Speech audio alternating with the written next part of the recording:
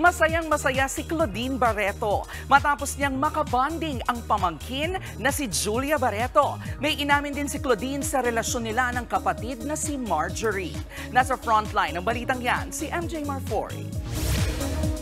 Kamakailan lang, nag-viral ang video ni Claudine at Julia na very close sa surprise birthday party ni star maker Johnny Manahan o mas kilala bilang Mr. M. Kahit all is well sa kanila ng pamangkin, hindi pa rin daw sila 100% okay ng kanyang kapatid na si Marjorie. Sa kabila nito, a step in the right direction raw ito para sa kanila ni Julia. It was a very special night. Talagang sa akin, I'm really very happy. Kasi nagkakakitaan kami syempre siguro dahil alam niya siguro na syempre may tension pa. Civil naman kami ng ate ko, ni Marjorie. So siguro, syempre, mommy niya yun, diba? Ayaw niya, hindi siya siguro komportable na hindi kami komportable sa isa't isa pa. So, nung night na yon, parang that was the time na we were able to talagang really spend time. And talagang na-miss ko yung hugs.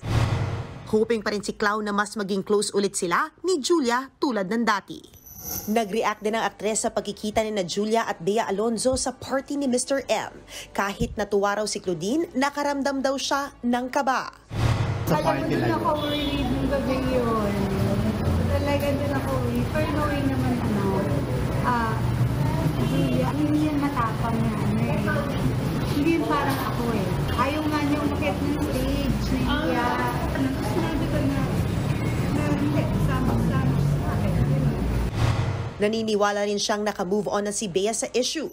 Noong 2019 nagkaroon ng hidwaan sa pagitan ng dalawang aktres dahil sa boyfriend ngayon ni Julia na si Gerald Anderson na ex naman ni Bea. Itinanggi naman noon ni Julia na siya ang dahilan sa hiwalayan ni Gerald at Bea.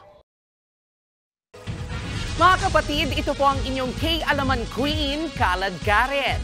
Always remember na ang K-Alaman ay K-Yamanan. Kaya para sa latest showbiz news at dagdag impormasyon, mag-follow at mag-subscribe sa social media pages ng News 5. Okay?